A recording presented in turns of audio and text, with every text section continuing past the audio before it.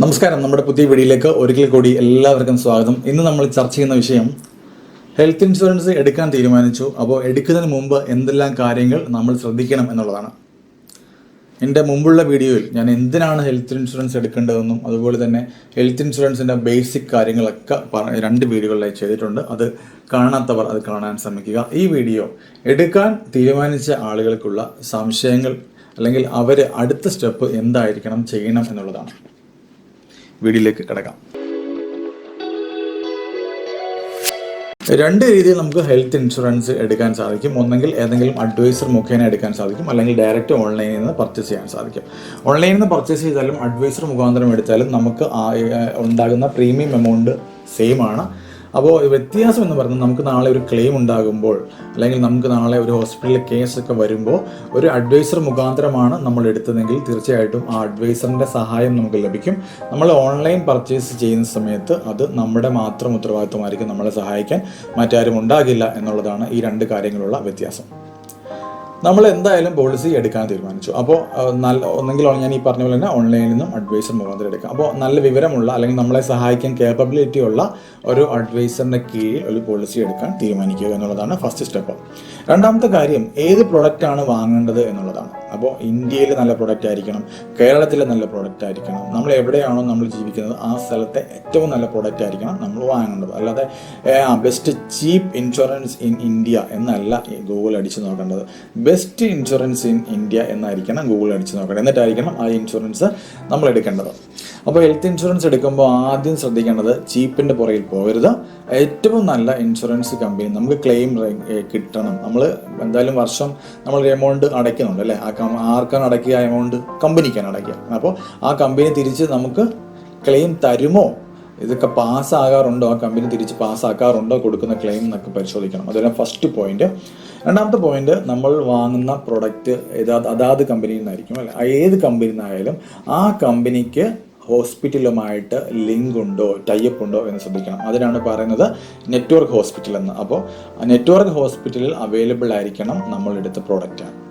അല്ലെങ്കിൽ അവരോട് പറയണം, ഓക്കെ ഞാൻ എന്തായാലും എടുക്കാൻ തീരുമാനിച്ചു, നിങ്ങൾ ആദ്യം എനിക്ക് നിങ്ങളുടെ കമ്പനിയുടെ നെറ്റ്വർക്ക് ഹോസ്പിറ്റൽ ലിസ്റ്റ് എനിക്കൊന്ന് അയച്ചു തരാൻ പറയണം. അപ്പോൾ അവർ ആ ഹോസ്പിറ്റൽ ലിസ്റ്റ് നിങ്ങൾക്ക് അയച്ചു തരും.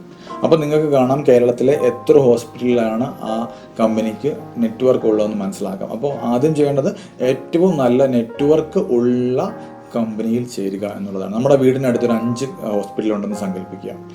ഏറ്റവും നല്ലത് 5 ഹോസ്പിറ്റലും കവറേജ് ഉള്ള പ്രൊഡക്റ്റ് തന്നെ വാങ്ങുന്നതായിരിക്കും. അല്ലെങ്കിൽ മിനിമം നമ്മൾ പോകാറുള്ള 1-2 ഹോസ്പിറ്റലെങ്കിലും അതിന് കവേർഡ് ഉണ്ടായിരിക്കണം.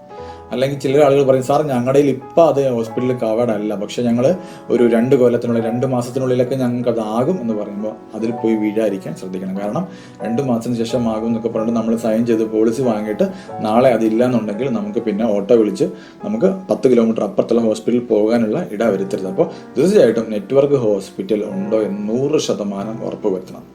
മറ്റൊരു കാര്യം ക്ലെയിം റേഷ്യോ ആണ്. അതായത് നമ്മൾ എടുക്കാൻ പോകുന്ന പ്രോഡക്റ്റിന് എത്ര ശതമാനം ക്ലെയിം റേഷ്യോ ഉണ്ട്, അവർ എത്ര പ്രോഡക്റ്റ് സെറ്റിൽ ചെയ്യാറുണ്ടോ, എന്താണ് അവരുടെ ഹിസ്റ്ററി എന്നൊക്കെ കൃത്യമായിട്ട് പരിശോധിക്കണം. മൂന്നാമത്തെ കാര്യം ക്യാഷ്ലെസ് ഫെസിലിറ്റി അവൈലബിൾ ആണോ എന്നുള്ളതാണ്. അതായത് നമ്മളൊരു ഹോസ്പിറ്റലിൽ ചെല്ലുമ്പോൾ അവിടെ പോയിട്ട് വീണ്ടും നമ്മൾ ക്യാഷ് അടച്ച് പിന്നെ ഡിസ്ചാർജ് ആകുന്ന സമയത്ത് അതിൻ്റെ ബില്ല് വല്ലതും ഡോക്യുമെൻറ്റ്സ് എല്ലാം വീണ്ടും സബ്മിറ്റ് ചെയ്ത് പിന്നെ ക്ലെയിമിൻ്റെ പുറകിന് പോയിട്ട് വെയിറ്റ് ചെയ്യണോ, അങ്ങനെ ഒരു അവസ്ഥ ഉണ്ടാവരുത്. അപ്പോൾ ക്യാഷ്ലെസ് ഫെസിലിറ്റി ഉള്ള ഹോസ്പിറ്റലാണെങ്കിൽ നമുക്ക് ക്യാഷ് അടയ്ക്കേണ്ട ഒരാവശ്യം വരാറില്ല. ക്യാഷ്ലെസ്സിലായിട്ട് തന്നെ നമ്മുടെ കാർഡ് ഉണ്ടെങ്കിൽ അത് അടഞ്ഞു പോകും. അപ്പോൾ ക്യാഷ്ലെസ് ഫെസിലിറ്റി ഉണ്ടോ എന്നുള്ളത് മനസ്സിലാക്കണം. മറ്റൊരു കാര്യം, നമുക്ക് നേരത്തെ ഞാൻ പറഞ്ഞ പോലെ തന്നെ ബേസിക് ആയിട്ടുള്ള കാര്യങ്ങൾ എല്ലാ പ്രോഡക്റ്റിലും ഉണ്ടാകും. അതായത് റൂം റെൻറ്റ്, ഡോക്ടർ ഫീ, നേഴ്സിൻ്റെ ഫീ, ഓപ്പറേഷൻ, ടെസ്റ്റിങ്, സ്കാനിങ്, എക്സ്റേ, ഇങ്ങനെയുള്ള നോർമലായിട്ടുള്ള എല്ലാ പ്രൊസീജിയറും 100% എല്ലാ പ്രോഡക്റ്റിലും ഉണ്ടായിരിക്കും. പക്ഷേ ചില പ്രോഡക്റ്റിൽ ഉണ്ടാകുന്നത്, അതിപ്പോൾ ആയുർവേദം അതെല്ലാ പ്രോഡക്റ്റിലും ഉണ്ടാവില്ല. മെറ്റർനിറ്റി എന്ന് പറയുന്ന കാര്യം അത് ഒരു അസുഖമല്ലല്ലോ ഗർഭധാരണം എന്ന് പറയുന്നത്. അതുകൊണ്ട് തന്നെ മിക്ക പോളിസിയിലും അത് കവേർഡ് അല്ല. പക്ഷേ വളരെ ചുരുക്കം പോളിസിയിൽ അത് കവേർഡ് ആണ്. അതുകൊണ്ട് ഒരു ന്യൂ മാരീഡ് കപ്പിൾസൊക്കെ എപ്പോഴും അത് അങ്ങനെയുള്ള പോളിസികൾ തിരഞ്ഞെടുക്കണം. കാരണം ആദ്യമായിട്ട് നമുക്കിനി ഹോസ്പിറ്റലിൽ പോകേണ്ട ഒരു കാര്യം മെറ്റർനിറ്റി ആയിരിക്കും അങ്ങനെയുള്ളവർക്ക്. അപ്പോൾ തീർച്ചയായിട്ടും മെറ്റർനിറ്റി കവറേജ് ഉള്ള പോളിസികൾ അങ്ങനെയുള്ളവർ തിരഞ്ഞെടുക്കുക. അപ്പോൾ 45 വയസ്സുള്ള ഒരാൾ മെറ്റർനിറ്റി കവറേജ് ഉള്ള പോളിസി എടുക്കേണ്ട ആവശ്യമില്ല. ആവശ്യമില്ല. അവർക്ക് അവരുടേതായ അസുഖങ്ങൾ കവേർഡ് ആകുന്ന പോളിസി ആയിരിക്കണം എടുക്കേണ്ടത്. അപ്പോൾ നമ്മൾ എടുക്കാൻ പോകുന്ന ആൾ കൃത്യമായിട്ടും അവർക്ക് എത്ര വയസ്സുണ്ട്, അവരുടെ പ്രായത്തിനനുസരിച്ചുള്ള കാര്യങ്ങളൊക്കെ നോക്കി, അവർക്കുണ്ടാകുന്ന അസുഖങ്ങളൊക്കെ നോക്കി, ഈ അസുഖങ്ങൾ കവേർഡ് ആണോ എന്നൊക്കെ നോക്കി വളരെ സൂക്ഷ്മമായി പരിശോധിച്ചതിന് ശേഷം ആയിരിക്കണം എടുക്കേണ്ടത്.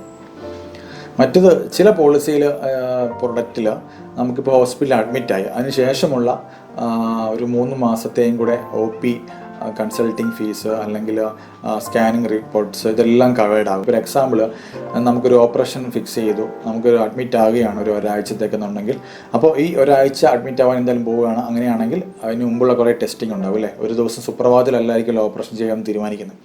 അപ്പോൾ അതിന് മുമ്പുണ്ടായ ദിവസങ്ങളിലൊക്കെ ഉണ്ടായ ടെസ്റ്റിങ്, സ്കാനിങ്, മരുന്ന് വാങ്ങിച്ചതിൻ്റെ എല്ലാം നമുക്ക് ബില്ല് കൊടുത്താൽ അല്ലെങ്കിൽ അത് ക്ലെയിം ചെയ്താൽ അത് നമുക്കതിൻ്റെ എമൗണ്ട് ക്ലെയിം ചെയ്ത് കിട്ടും. പോസ്റ്റ് ഹോസ്പിറ്റലൈസേഷൻ, പ്രീ ഹോസ്പിറ്റലൈസേഷൻ എന്നാണ് അതിന് പറയുക. അപ്പോൾ അതുണ്ടോ എന്ന് ശ്രദ്ധിക്കുക. പിന്നെ പ്രായമായിട്ടുള്ളവർ സീനിയർ സിറ്റിസൺ പോളിസി ആയിരിക്കും എടുക്കുന്നത്.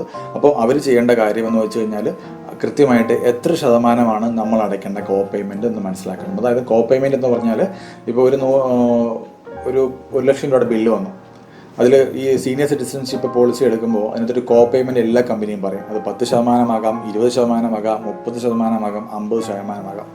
അപ്പോൾ എക്സാമ്പിൾ ഒരു 20% കോ പേയ്മെൻറ്റ് എന്ന് പറയുമ്പോൾ 1 ലക്ഷം രൂപയുടെ ബില്ല് വരുമ്പോൾ 20,000 രൂപ കസ്റ്റമർ അടയ്ക്കണം, ബാക്കി 80,000 രൂപ മാത്രമേ കമ്പനി അടയ്ക്കൂ. അതുകൊണ്ട് സീനിയർ സിറ്റിസൺഷിപ്പ് തുടങ്ങിയിട്ടുള്ള പോളിസി എടുക്കുമ്പോൾ ഇങ്ങനെയുള്ള കാര്യങ്ങളും കൃത്യമായിട്ട് മനസ്സിലാക്കണം. അപ്പോൾ ഒരു ജനറൽ ആയിട്ടുള്ള ഇത്രയും കാര്യങ്ങളൊക്കെ മനസ്സിലാക്കിയതിന് ശേഷം വേണം നമ്മൾ ഒരു പ്രൊഡക്റ്റ് വാങ്ങാൻ പോകുന്നത്. അല്ലെങ്കിൽ അത്രയും വിവരമുള്ള ഒരു അഡ്വൈസറിൻ്റെ അടുത്ത് പോവുക, അദ്ദേഹം കൃത്യമായിട്ട് മനസ്സിലാക്കി തരും. അപ്പോൾ അങ്ങനെയുള്ള ഒരു സ്ഥിതിക്ക് നമുക്ക് വലിയ ഐഡിയയിലേക്കും അല്ലെങ്കിൽ നമ്മൾ വളരെ അധികം നേരം ഗൂഗിളിലും യൂട്യൂബിലും ഇതിനെപ്പറ്റി പഠിക്കേണ്ട ഒരു ആവശ്യമൊന്നും വരില്ല. അഡ്വൈസർ മെടുക്കാനാണെന്നുണ്ടെങ്കിൽ നമുക്ക് കൃത്യമായിട്ടുള്ള ക്ലാസ് തന്ന് അത് നമുക്ക് തക്കതായ പ്രോഡക്റ്റ് ആയിരിക്കും അവർ തരുന്നത്. പക്ഷേ നമ്മൾ ചേരുന്ന അഡ്വൈസറിനെ പറ്റി വലിയ ധാരണയൊന്നും ഇല്ലെന്നുണ്ടെങ്കിൽ നമ്മൾ കൃത്യമായിട്ട് ഇത് പഠിച്ചതിന് ശേഷം മാത്രം ചേരുക. മറ്റൊരു പുതിയ വീഡിയോയുമായി തീർച്ചയായിട്ടും വരുന്നതായിരിക്കും. നന്ദി, നമസ്കാരം.